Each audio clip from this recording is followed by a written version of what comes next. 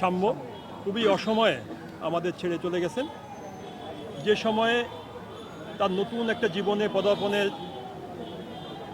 সম্ভাবনায় সে উন্মুখ ছিল, সেই মুহূর্তে একটি দুষ্কৃতিকারী চক্র তাকে উপর্যুপরি ছুরিকাঘাতে তার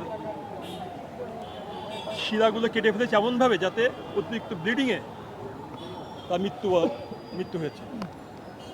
আমরা এই হত্যাকাণ্ডের তীব্র নিন্দা জানাই এবং সুষ্ঠু তদন্ত সাপেক্ষে বিচার দাবি করছি, যাতে যথাযথ খুনি তাকে আইনের আওতায় আনা হোক। কোনো ধরনের লোক দেখানো গ্রেপ্তার করে এই হত্যাকাণ্ডকে চাপা দেওয়া যাবে না।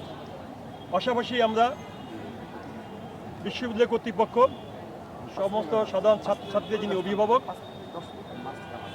তাদের প্রতি আহ্বান জানাবো, একটি ভয়হীন ক্যাম্পাস, একটি নিরাপদ ক্যাম্পাস উনি যেন তৈরি করেন, যে ক্যাম্পাসে প্রতিটি শিক্ষার্থী নিঃসংকোচে নির্ভয়ে তাদের পড়ালেখা করবে, তাদের মেধা চর্চা করবে। এটা আমাদের দাবি। জাতীয়তাবাদী ছাত্রদল এই দাবি জানিয়ে আসছে এবং প্রশাসনের কাছে এই দাবি পূরণের লক্ষ্যে যত ধরনের আন্দোলন করা দরকার ছাত্রদল সাধারণ ছাত্রছাত্রীর নিরাপত্তা নিশ্চিত লক্ষ্যে সে আন্দোলন চালিয়ে যাবে। আসলে আমরা অত্যন্ত দুঃখ ভারাক্রান্ত মন নিয়ে আজকে এখানে উপস্থিত হয়েছে। তার এই হত্যার প্রতিবাদে বাংলাদেশ জাতীয়তাবাদী ছাত্রদল বিগত ফ্যাসিস্ট স্বৈরাচার হাসিনা বিরোধী আন্দোলনে অগ্রভাগে যে সকল ছাত্রনেতারা রাজপথে আন্দোলন সংগ্রামে ভূমিকা রেখেছিল তাদেরই একজন স্যার এফ রহমান হল ছাত্রদলের সাহিত্য প্রকাশনা সম্পাদক আমাদের সেই ছোটো ভাই সাম্য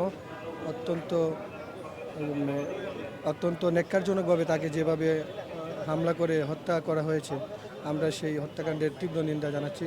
একটি গণতান্ত্রিক মুক্ত বাংলাদেশে একটি ভীতিকর পরিস্থিতি চারিদিকে তৈরি করার জন্য ছাত্রদলকে মেধাবী শূন্য করার একটা চক্রান্তের অংশ হিসেবে আমরা মনে করতে চাই যে আমাদের এই সহযোদ্ধাকে হত্যা করা হয়েছে।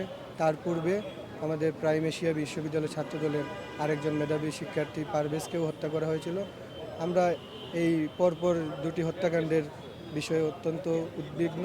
ছাত্র সমাজের মধ্যে একটা ভয়ের সংস্কৃতি, ভয়ের রাজত্ব কায়েম করার জন্য কেউ কেউ হয়তো কোনো মহলের আশীর্বাদ পুষ্ট হয়ে এই সকল সন্ত্রাসী কর্মকাণ্ড চালিয়ে যাচ্ছে।